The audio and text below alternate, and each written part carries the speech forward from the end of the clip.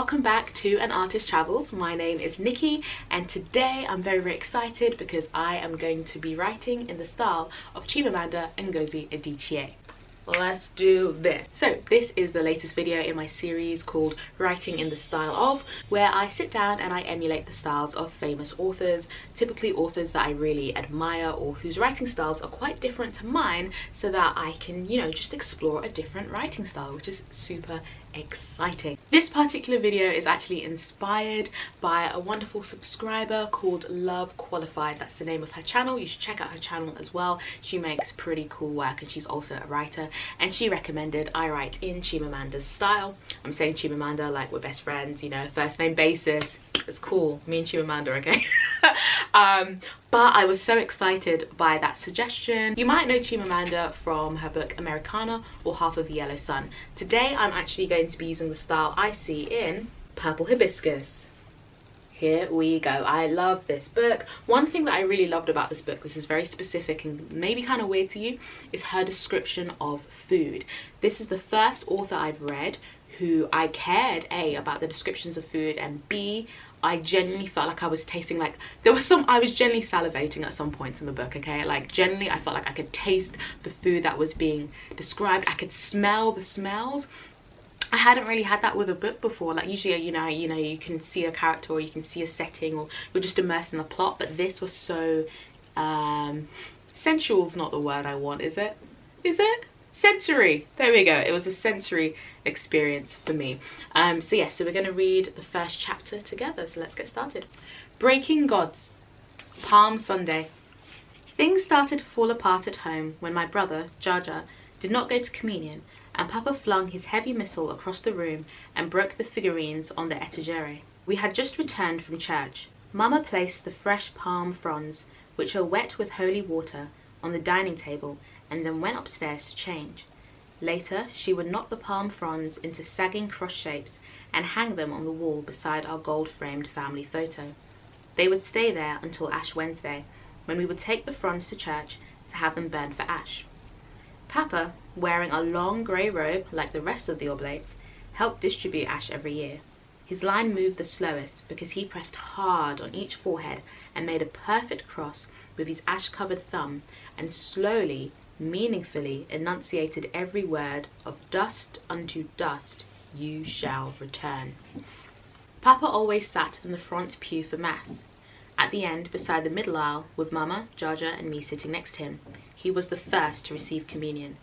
Most people did not kneel to receive communion at the marble altar, but Papa did. He would hold his eyes shut so hard that his face tightened into a grimace, and then he would stick his tongue out as far as it could go. Afterward, he sat back on his seat and watched the rest of the congregation troop to the altar, palms pressed together and extended like a saucer held sideways, just as Father Benedict had taught them to do. Even though Father Benedict had been at St. Agnes for 7 years, people still referred to him as our new priest. Perhaps they would not have if he had not been white. He still looked new.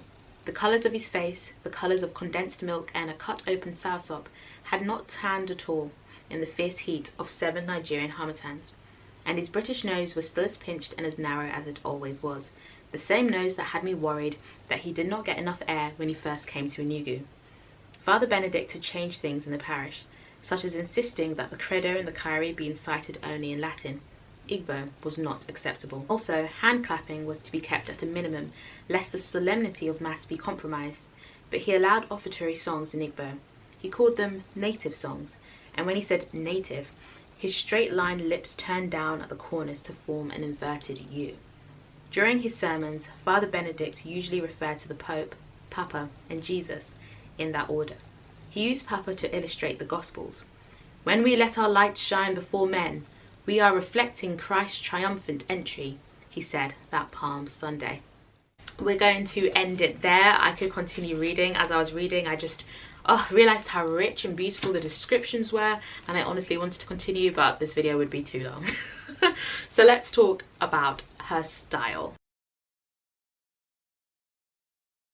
Something that Chimamanda does so beautifully is starting at the right point, starting at the place of drama and intrigue. You'll often see early stage creative writers starting too early in the story. So, you know, your character wakes up and they brush their teeth and they dress up and they get ready for school, and it's like, who cares? Tell me about the point of action. So things started to fall apart at home with my brother, etc. That is beautiful, beautifully done.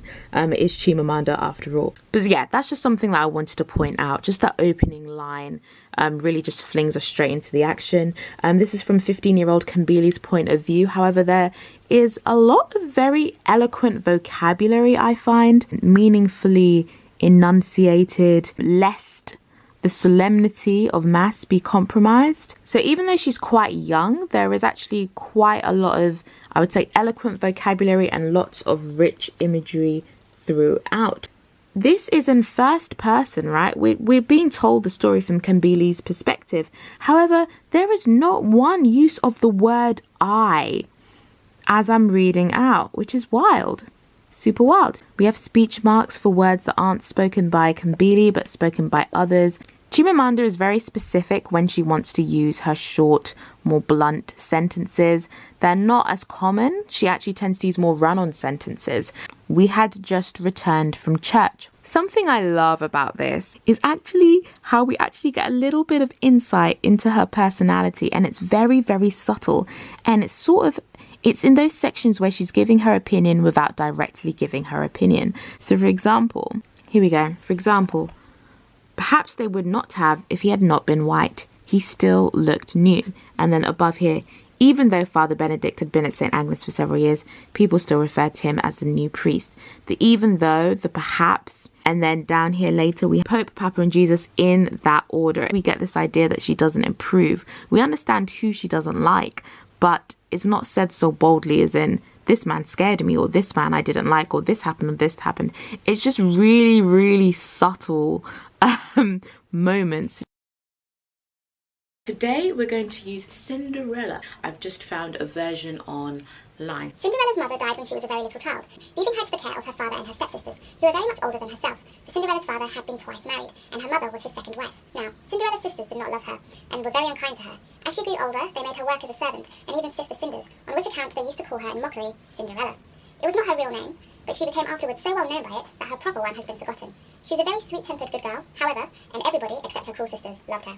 It happened, when Cinderella was about 17 years old, that the king of the country gave a ball, to which all the ladies of the land, and amongst the rest of the young girl's sisters, were invited, and they made her dress them for the ball, but never thought of allowing her to go there.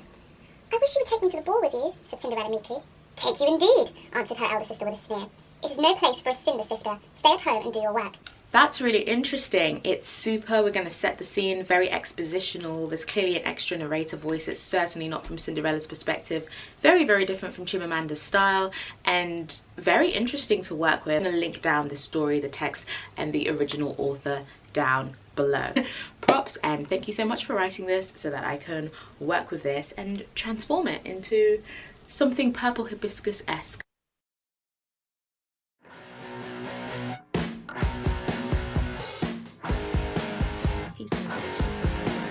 Ooh, there had been no peace in the. That's the wrong story. That is the wrong story.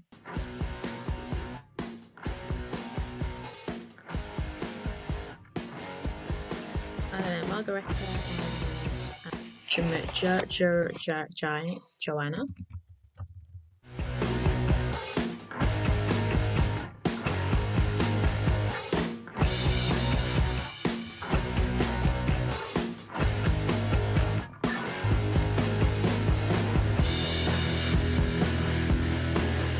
And I've done writing the opening chapter. I'll just read you what I've got and then let's go from there. Everything went wrong on the 12th of January 1991 when the final golden brown leaf on the ash tree in the back garden fell uninterrupted to the ground, and at the same time inside the house my mother passed away. We had just tucked her in bed, mother wearing her white satin pajamas with a frilly bow, her wig placed on the stand beside her.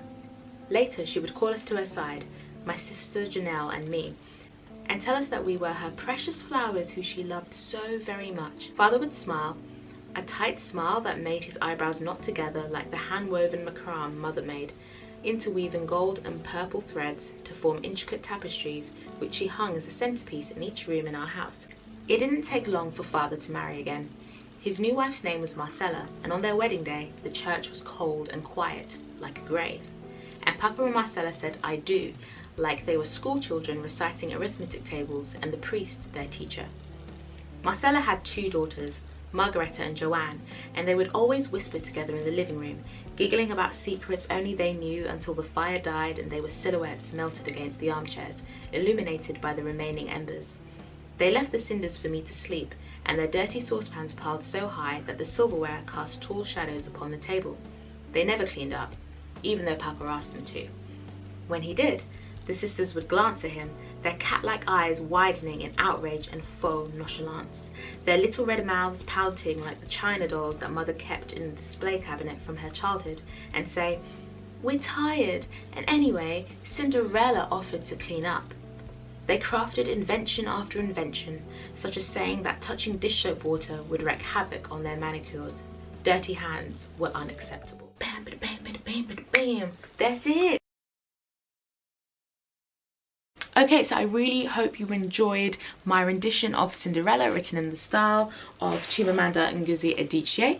I'm just going to talk through a couple of the things that I did, and you can tell me how well of a job you think I did, if there's anything that I missed out. I actually really enjoy that. I had a comment on my last video where I was writing like Tolkien, that was talking about someone really didn't like my first line but then loved everything after that, and the way they pointed out was actually really interesting. I was like, oh, that's a really good point. Yeah, Tolkien would have probably done something different for the first line. So totally up to hear everyone's opinions. So I made sure that I started at the point of conflict, which is just a great thing to do for storytelling anyway.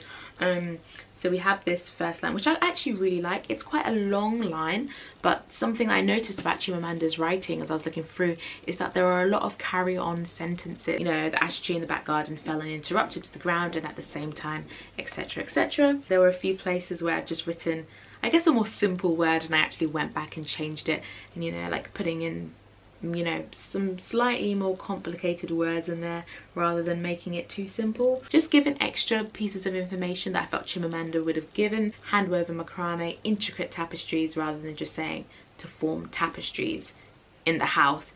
Intricate tapestries which she hung as a centerpiece in each room in our house, similar to she would hang them on the wall beside our gold framed family photo, really giving you all that extra information. The tense is interesting because I think this is something that, you know, I noticed sort of just came out quite naturally. She's recounting a memory. It's things started to fall back at home, but then she actually kind of addresses you almost in the future tense. Things started to fall apart at home, but later on it's like, later she would, not the palm fronds, and they would stay there until Ash Wednesday. So we continue the same thing.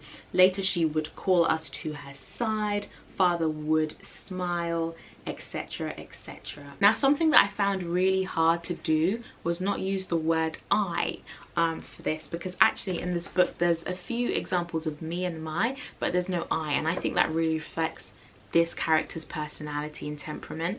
And it was really hard because the first line I originally wrote was something like, the day my mother died, I something something, and I was like, wait, we can't use I. There's like no I didn't see any word I, even though this is written in first person in everything I read, and that is like such a specific choice and so interesting and quite hard, because when we think first person we want to say I did this and I did that, but actually that's not on there, and she focuses on the other characters, and you're seeing this world through the eyes of, in this case, Cinderella. And so I decided to focus upon to describe this idea of the stepsisters, which was really fun, which was fun to do. There's quite a few similes. I had a very simple one, like a grave. Yeah, I don't know if I love it. I don't really love it, but you know, we're gonna work with it.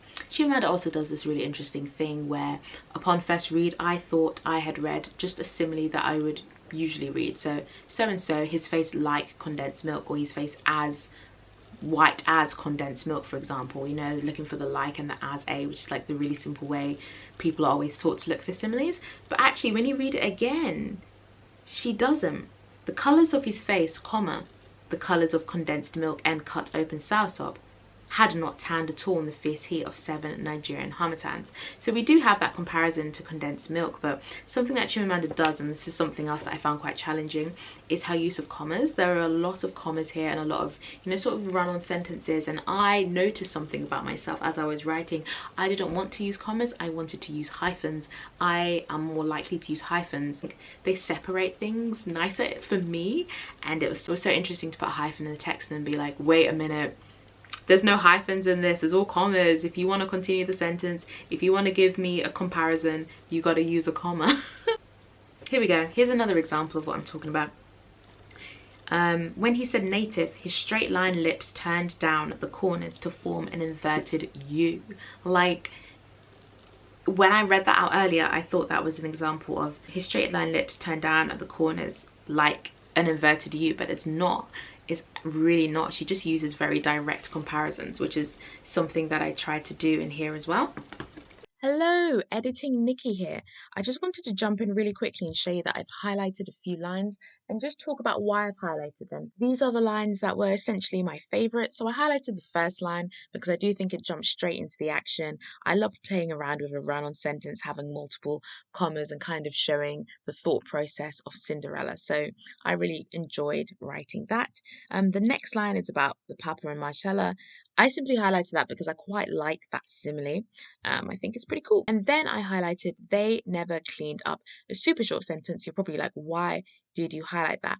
But I think again that gets Cinderella's perspective of the ugly sisters. I think that short sentence is very specific and very deliberate. Chimamanda also uses very specific, very deliberate, occasional short sentences, and they're there to really make a point. And I think this shows Cinderella's disdain for the ugly stepsisters, even though she doesn't directly say it. And then finally, I highlighted this final line. They crafted invention after invention, such as saying that touching dish soap water would cause or wreak havoc on their manicures. Semicolon, I got to use a semicolon. Dirty hands are unacceptable. And that is literally just me taking inspiration from she's talking about Father Benedict, and very similar, such as insisting that Credo and Kyrie be only recited in Latin, semicolon. Igbo was not acceptable.